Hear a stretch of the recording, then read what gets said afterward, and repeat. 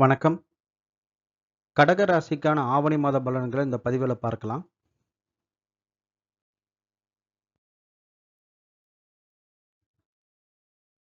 பொதுவா நம்ம ஜாதகத்துல சந்திரன் எந்த வீட்டுல அமைஞ்சிருக்காரோ, அந்த வீடு தான் நம்மளுடைய ராசி. கடகம். இந்த பதிவுல பார்த்தீங்கன்னா, கடக ராசி. இந்த கடக ராசியில பார்த்தீங்கன்னா, குரு நட்சத்திரமான புனர்பூசம், சனி நட்சத்திரமான பூசம், புதன் நட்சத்திரமான ஆயுள்யம். மொத்தம் 9 பாவங்களா பிரிஞ்சிருக்கும்.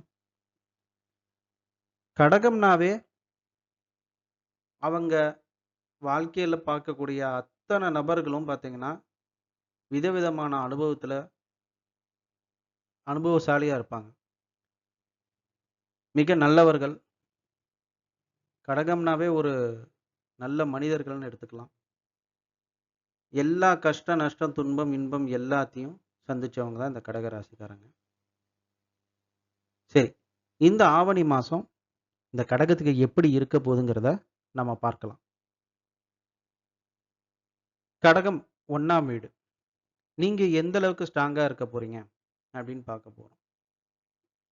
எல்லா ராசிக்கும் ஒரு குடுப்பனை என்னன்னா, அந்த ராசியின் அதிபதி போய் ஒண்ணு ஒரு நல்ல இடத்துல இருக்கிறதோ, இல்ல ஒரு ஆட்சி பெற்று இருக்கிற இடத்துலயும், ஒரு உச்சம் பெற்ற இருக்கிற இடத்துலயும், இல்ல ஒரு நல்ல கிரக நிலை சேர்க்கையோ, இல்ல பரிவர்த்தனையோ இடம் பெற்று இருந்தா அவங்களுக்கு பலம் குடுக்கும்.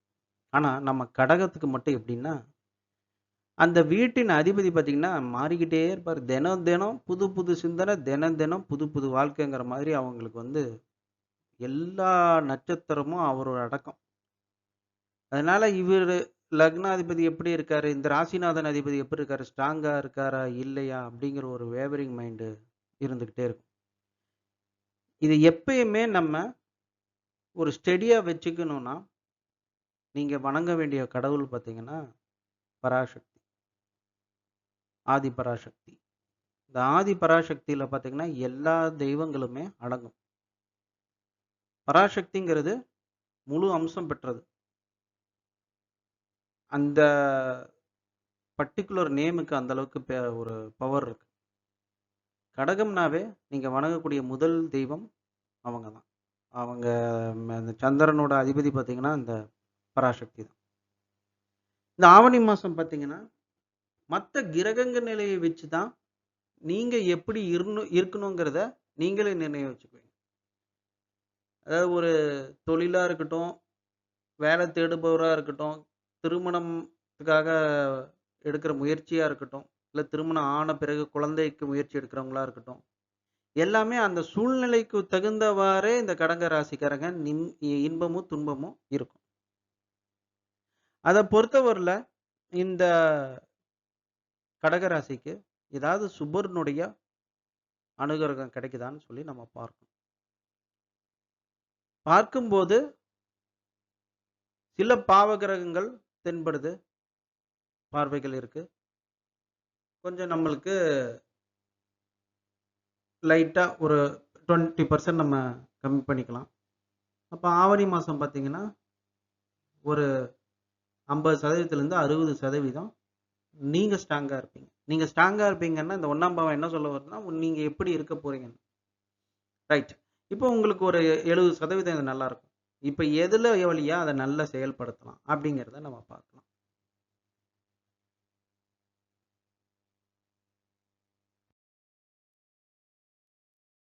கடகத்தின் 2ஆம் பாவம். இந்த 2ஆம் பாவத்தின் மூலமா நம்ம இந்த கடக ராசிக்கு என்ன சொல்ல வரலாம்னா, குடும்பம் நல்ல சந்தோஷமா இருக்கும். இன்பம், துன்பம் கலந்திருந்தாலும், இன்பத்துக்கு அதிகமாவே நம்ம இடம் குடுக்கலாம். வரவுகள் திருப்தி அளிக்கும். ஓரளவு சறுக்குனாலும் திருப்தி அளிச்சிரும். நம்மளுக்கு ஒரு ரொம்ப சறுக்கல, ஆவரேஜும் இல்ல. அதுக்கு மேல ஓரளவுக்கு சொல்லலாம். ரொம்ப சூப்பர்ன்னு சொல்ல முடியாது. அதுக்கு ஆவரேஜ்ன்னு சொல்ல முடியாது. அதுக்கு நடுவுல இருக்கக்கூடிய அளவு. குடும்பம் நல்லா இருக்கும் பொதுவாகவே. ஸோ குடும்பத்த பத்தின நீங்க ஒரு கவலையோ, இந்த மாசம் ஆவணி மாசம் பட தேவையில்ல. நல்லா இருக்கு. பொதுவாவே நல்லா இருக்கு. அடுத்த பாவத்துக்கு பார்ப்போம். இப்போ நம்ம இந்த ஆவணி மாசம் ஏதோ ஒரு வகையில நம்ம முயற்சியோ, நம்ம இந்த செயல செய்யலாம். நம்ம வேலைக்கு உண்டான மேம்பாட்டுக்கள பார்க்கலாம். நம்மளுடைய குடும்பத்துக்கு ஏதாவது இன்னும் கொஞ்சம் அதிகமா சில விஷயங்கள் பண்ணலான்னு நெனைச்சாலும், இல்ல நம்ம பார்ட்னர்ஷிப் கூட இன்னும் கொஞ்சம் அதிகமான ஒரு டெவலப்மெண்ட் பண்ணலாம் அப்படின்னு சிந்திக்கிறதுக்கெல்லாம், ஒரு தேக்க நிலை மாரி உங்களுக்கு மனசுல தோணும்.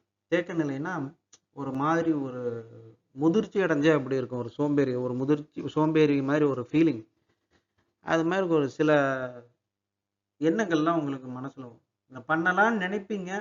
அப்படியே நம்மளுக்கு அந்த லேசினஸ்ன்னு சொல்றதா, இல்ல இதுல இது இப்ப பண்ணலாங்கிற மாரி அப்படியே ஏதோ ஒரு சிந்தனைக்கு போய் விட்டுரும். இதுக்கெல்லாம் வந்து என்னன்னா ஒரே விஷயம், வீட்டுக்கு அருகாமை இருக்கிற பிள்ளையார் கோயிலுக்கு போயி, புதன்கிழமை அன்னைக்கு தேங்காய் உடைச்சுட்டு வாங்க. அப்போ அந்த டக்குன்னு என்ன யோசிக்கணும், இந்த இடத்துல என்ன செயல்படணுங்கிற ஒரு சிந்தனை உங்களுக்கு தெளிவு கிடைக்கும். அதுவரையிலும் ஒரு மந்தாரமாவே இருக்கும் நம்மளுக்கு. அத விளக்கணும். விளக்குனா தான் நம்ம என்ன பண்ணலாங்கிற முயற்சியவே யாருக்கு பண்ணலாம், என்ன பண்ணலாங்கிறத விட, என்ன பண்ணலாங்கிற ஒரு சிந்தனையே தாட்ஸே அப்பதான் வரும். அதனால இந்த 3ஆம் பாவம் வந்து நம்மளுக்கு இந்த வாட்டி ஒரு 30% தான் கை குடுக்குது. அத ஸ்ட்ராங் பண்ண பிள்ளையார் வழிபாடு புதன்கிழமை அன்னைக்கு போய் பண்ணுங்க. நல்லது நடக்கும். அடுத்த பாவம் பார்க்கலாம்.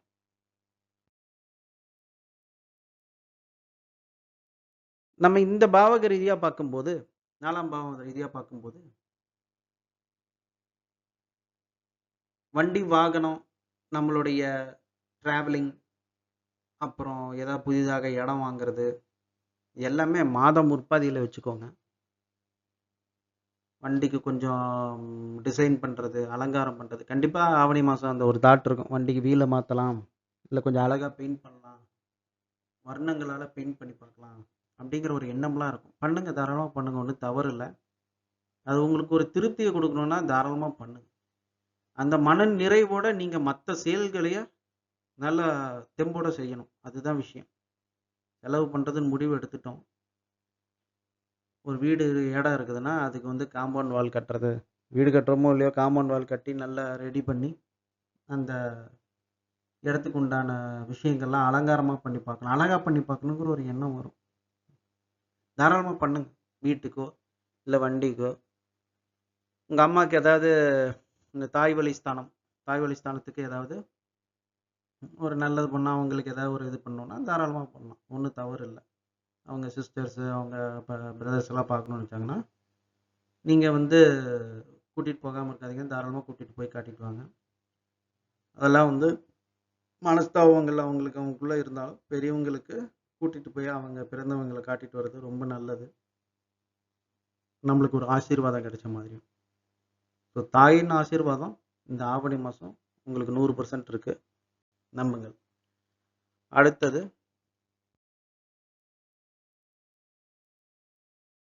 5ஆம் வீடு. இந்த 5ஆம் வீடு பார்த்தீங்கன்னா, நம்ம நான் போட்டிருக்க படத்திலேயே பார்த்தீங்கன்னா, சிங்கத்து மேல ஒரு அம்மன் உட்கார்ந்து இருக்க மாரி. அதாவது புலி மேல. இந்த ஏன் இந்த மாரி ஒரு இது போட்டிருக்கோம்னா, உங்க குழந்தைங்க சூப்பரா உங்களுடைய எக்ஸலன்ட்டான பெர்ஃபார்மர். எந்த ஒரு 100% அவங்களோட 100% ஒரு தெளிவான நிலையில இருப்பாங்க.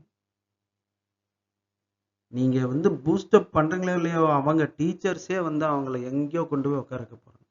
அந்த அளவுக்கு இந்த ஆவணி மாசத்துல ஒரு பெரிய சர்ப்ரைஸ் இருக்கு.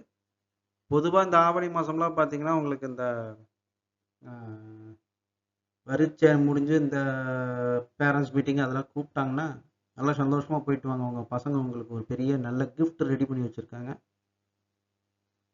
நீங்க இத பத்தி கவலையே பட தேவையில்ல. குழந்தைங்க சூப்பரா இருப்பாங்க ஆவணி மாசம். அதனால படிக்க வேண்டிய விஷயத்துல இந்த மாசத்துல நல்லா படிக்க சொல்லுங்க. நல்லா கோஆப்பரேட் பண்ணி படிப்பாங்க. குலதெய்வத்தோட அனுகிரகம் உங்களுக்கு இருக்கு. குலதெய்வம் தெரியலன்னு நெனைக்கிறவங்க, உங்க முன்னோர்கள நெனச்சு நல்லா கும்பிடுங்க. ஏன்னா, அவங்க கண்டிப்பா வழிபட்டிருப்பாங்க அதுக்கு முன்னாடி. அவங்க பெயர்லயே உங்க குலதெய்வம் இருக்கும். அதனால எந்த அளவுக்கு முன்னோர்களோட பெயர்கள் தெரிஞ்சு வச்சிருக்கீங்களோ, அந்த குலதெய்வம் உங்க கூடயே சுத்திக்கிட்டு இருக்கும். அதனால தான் நம்ம முன்னோர்கள நம்ம மறக்கக்கூடாது. ஒவ்வொரு அமாவாசையும் நம்ம அவங்க நினைவு வச்சு சாமி படைத்தல்லாம் பண்றோம். அதனால வரக்கூடிய வரங்களும் சரி, இந்த ஆவணி மாசம் நல்லா இருக்கு. 2ஆம் இடம் நல்லா இருக்கு, 5ஆம் இடம் நல்லா இருக்கு, 4ஆம் இடமும் நல்லா இருக்கு. ரொம்ப நல்லது.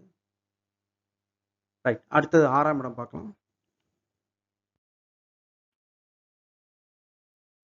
இந்த ஆவணி மாசம் பார்த்தீங்கன்னா, கடக ராசிக்கு என்ன மாதிரி உபாதைகள் வரும்? என்ன மாதிரி தொந்தரவுகள் வரும்? அப்படின்னு பார்க்கும்போது, ஊர் மக்களுக்கு எல்லாம் நம்ம வீட்டு பணப்பெட்டி மேல கண்ணு அப்படிங்கிற மாதிரி ஒரு ஆவணி மாசத்த எடுத்துக்கலாம். யாரிடமும் போய் சொல்லாதீங்க. நான் இந்த சேவிங்ஸ் இவ்வளோ பண்ணியிருக்கேன் இதெல்லாம் அப்படின்னு சொல்லாதீங்க. சொல்லும்போது என்ன நடக்கும்னா, அதுல இருக்க பணம் கரைஞ்சிரும். வார்த்தைகள் விட்றாதீங்க. எல்லாத்தோட கண்ணோட்டமும் நீங்க என்ன சேர்த்தி வச்சிருக்கீங்கங்கிற ஒரு விஷயத்துல கண்டிப்பா பார்ப்பாங்க. உடல் பருமனமா இருக்கவங்க கொஞ்சம் வாக்கிங் அதெல்லாம் போய் கொஞ்சம் உடம்ப ரெடி பண்ணிக்கோங்க. லைட்டா உபாதைகள் காட்டினாலும் பெருமளவு ஒன்றும் பிரச்சனை வராது. நோய் நொடி கடனுக்கு லீவ் லீவ் விட்டுறலாம். ஆவணி மாசம் லீவ் விட்டுறலாம். ஏன்னா உங்க கண்ணில் தென்படாது, கவலைப்படாதீங்க. அடுத்தது நம்ம 7ஆம் பாவம். 7ஆம் பாவம் ஒரு வகையில பார்க்கும் பொழுது, நம்ம தொழில் ரீதியா பார்க்கும்போது நல்ல விஷயம் தான் நான் சொல்லுவேன். அவங்க சப்போர்ட்டிவாகவும், அவங்க கை ஓங்காம உங்க கை ஓங்கி இருக்கும். அதுவே உங்களுக்கு வந்து ஒரு பெரிய கிஃப்ட். அடுத்தது உங்க வீட்டில் இருக்க துணைவியாரோ, இல்லை ஒரு பெண்மணி ஜாதகமா இருந்தா வீட்டில் இருக்க கணவன் கூடயோ கருத்து வேறுபாடு வந்தாலும் உங்க துணைவியாரோ கணவரோ அவங்க வந்து அதை திருத்திக்கிட்டு கொஞ்சம் என்னதான் அவங்க பயங்கரமா சண்டை போட்டாலும் கொஞ்சம் திருத்திக்கிட்டு இல்லை அவங்க எக்ஸ்பெக்டேஷன் தகுந்த மாதிரி நடந்துக்கணும்னு அவங்க முயற்சி எடுக்கிறாங்க. அதனால யாருமே சொல்லாத ஒரு விஷயத்த சொல்றேன். 100% உங்க மனைவியும் கணவனையும் நம்புங்க. நீங்க நினைக்கிறத அவங்க திருத்திக்குவாங்க. இந்த மாசத்தை ஒரு சந்தர்ப்பமா கொடுங்க. சில விஷயங்களை அவங்க திருத்திக்குவாங்க. சொல்லாம இருக்க வேண்டாம். ஃபர்ஸ்ட் சண்டை தான் வரும். இருந்தாலும் அவங்க கண்டிப்பா இதை திருத்திக்கணும்னு ஒரு மன எண்ணம் வரும். எப்பயுமே தாயே பராசக்தின்னு நம்ம இந்த ஒரு பிரச்சனை வரும்போது கூப்பிடும்போது அது இந்த கடக ராசிகளுக்கு மிகவுமே ஒர்க் அவுட் ஆகும். அதனால பராசக்தியை விட்டுறாதீங்க. தினமும் 9 முறை மூல மந்திரம் தெரியல, என்ன நம்மளுக்கு சில வார்த்தைகள்லாம் நுழையல அப்படிங்கிறப்போ ரொம்ப சிம்பிள். நம்ம பெற்ற அம்மா தான் நம்மளுக்கு பராசக்தி மாதிரி. அதனால அம்மாவை நினைச்சு நல்லா கும்பிட்டுக்கோங்க. அதுவே உங்களுக்கு ஒரு பெரிய வரப்பிரசாதம். ரைட். 7ஆம் பாவம் திருத்திக்கிறதுக்கு ஒரு சந்தர்ப்பம். அடுத்தது பார்க்கலாம்.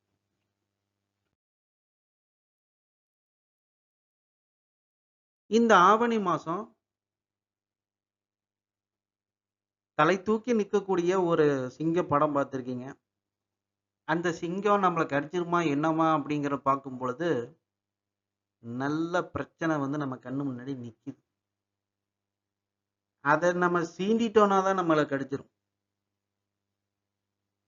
நம்மளை விட தரத்துல கம்மியா இருக்கவங்களும், சம்பாதியத்துல கம்மியா இருக்கவங்களும், வாழ்க்கை முறையில கம்மியா இருக்கவங்க கிட்ட கனிவான முறையில பேசுங்க. உங்ககிட்ட வேலை செய்யற வேலையாட்கள் கிட்ட இனிமையா பேசுங்க. அவங்களோட சாபத்தை நம்ம வாங்கிக்க கூடாது, பிரச்சனையும் வாங்கிக்க கூடாது.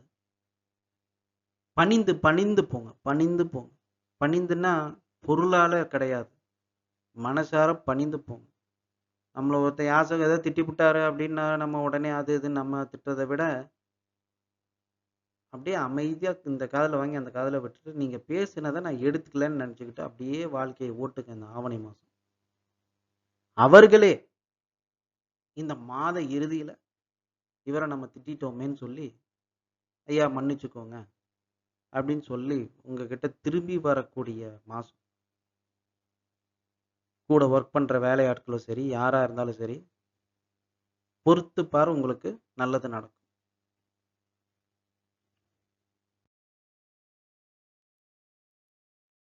இப்போ 9ஆம் பாவத்துக்கு வரலாம். புண்ணியம் நம்மளுக்கு இந்த மாசம் எப்படி உதவ போகுது, யார் மூலியமா உதவ போகுதுங்கிறத பார்க்கலாம்.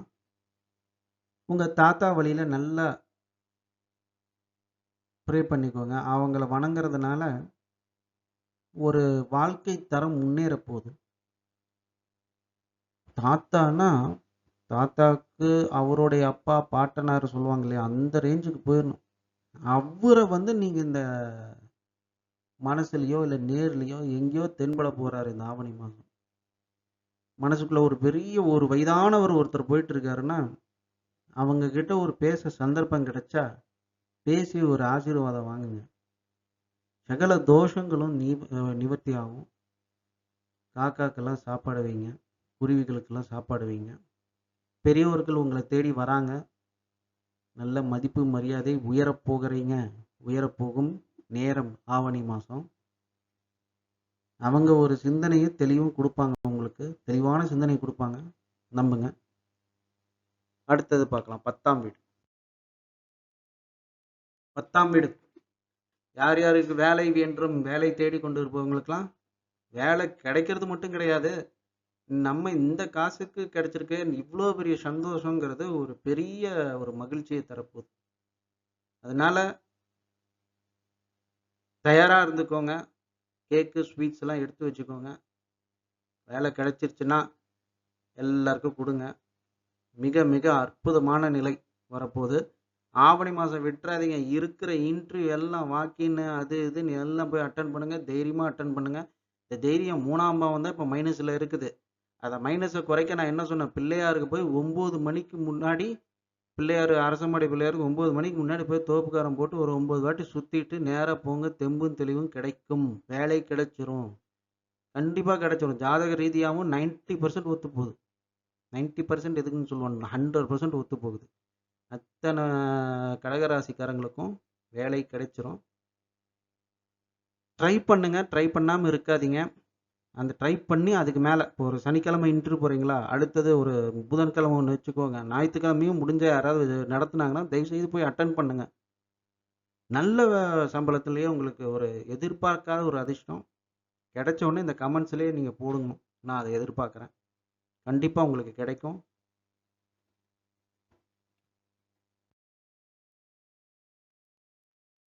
நான் முன்ன சொன்ன மாதிரி 11ஆம் பாவம் உங்களுக்கு என்ன சொல்லுதுன்னா, கிடைச்சு சம்பளம் வாங்கி உங்களுக்குன்னு ஒரு அக்கௌண்ட் ஓப்பன், அக்கௌண்ட்டே இல்லாதவங்களுக்கு அக்கௌண்ட் ஓப்பன் பண்ணி பணம் விழுக போகுது. பணத்தை எடுத்து தாயாரிடம் கொடுங்க. தாய் இல்லாதவங்க தாய் ஸ்தானத்தில் யார் இருக்கான்னு பார்த்து அவங்களுக்கு ஒரு 101 ரூபா பணம் வெத்தலை பாக்கு வச்சு கொடுங்க. ரொம்ப நல்லது. தாயின் ஆசீர்வாதம் கடகராசிக்கு முக்கியம். மறந்துடாதீங்க. நல்ல நேரம், வேலை தேடி அதன் மூலமாக பணம் சேரும் நேரம்.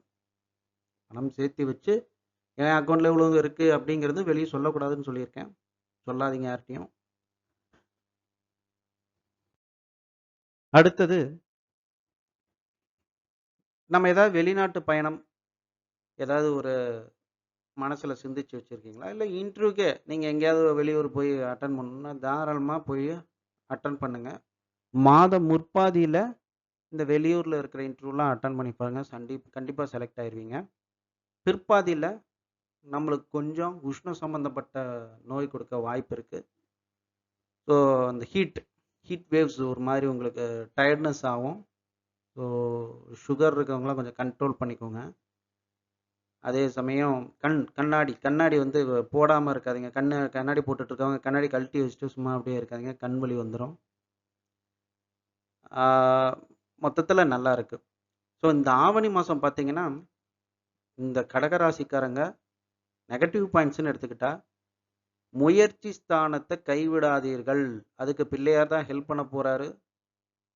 பக்கத்து கோயிலில் இருக்க பிள்ளையார் போய் தேங்காய் உடைங்க. அடுத்தது வேலை கிடைக்க போகுது. அந்த நல்ல நியூஸ் எனக்கும் சேரணும்.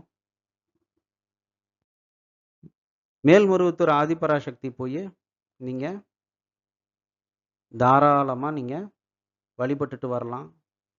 நான் ஏன் இவ்வளோ ஸ்பெசிஃபிக்கா இந்த விஷயங்கள்லாம் போட்டிருக்கேன்னா, சித்ரா பௌர்ணமி, ஆடிப்பூரம்